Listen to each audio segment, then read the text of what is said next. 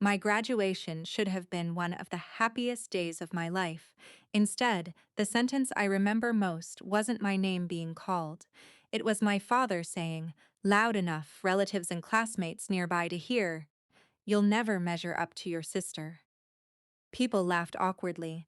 Some pretended not to hear. My mother didn't stop him. She simply adjusted my sister's graduation sash and smiled for another photo. My sister, Emma, had graduated from a prestigious university 2 years earlier.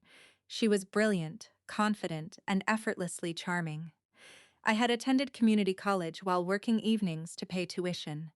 In my parents' eyes, those facts settled the comparison before it even began. I accepted my diploma, smiled for the required photographs, and quietly left before dinner. No one noticed. That became the pattern. Over the next several months, I packed my apartment, accepted a maintenance management position nearly 1,000 miles away, and started over. I changed my number after sending one final message. "I'm safe. I need distance. Please respect that." No one replied. At first, the silence hurt. Eventually, it became peaceful. My new city didn't know I was the disappointing child. They only knew me as someone who arrived early, fixed problems without excuses, and treated people with respect. I learned to manage commercial buildings, supervise crews, handle emergencies, and mentor younger technicians. It wasn't glamorous, it was meaningful. For the first time, my value wasn't measured against someone else. Years passed. I bought a modest home, made close friends, built routines that felt ordinary in the best possible way. Sometimes I thought about my family, mostly. I wondered whether they ever thought about me. Apparently, they didn't. Not until my grandmother died. According to Emma, that was when my parents finally realized nobody knew where I lived. They hadn't seen me in almost 7 years. They hadn't noticed. They sent Emma to find me. She admitted that when she first arrived, she expected to discover something tragic, maybe addiction, maybe unemployment, maybe bitterness. She expected proof that leaving the family had ruined my life. Instead, she found neighbors who waved as I walked my dog, coworkers who greeted me by name, former trainees who spoke about promotions I'd helped them earn. None of them described me as angry. They described me as dependable. Emma stayed in town for 3 days before knocking on my front door. For several seconds, neither of us spoke, then she whispered, "I don't think I ever knew you." "Neither did I almost answered. Because I'd spent so much of my life trying to become someone our parents wanted that I'd never figured out who I actually was. We talked until midnight. Not about blame, about memories. She admitted she'd believed everything our parents had said, that I lacked ambition, that I gave up too easily, that I was jealous of her success. "I never questioned it," she said quietly. "I should have." The following morning, she asked if she could visit my workplace. I agreed.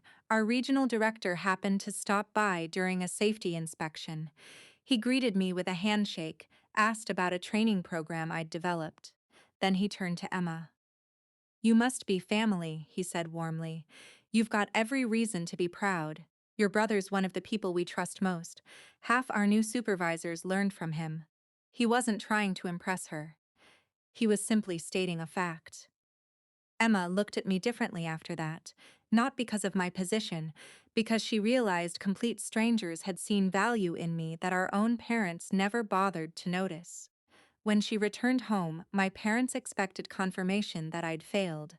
Instead, Emma told them exactly what she'd seen.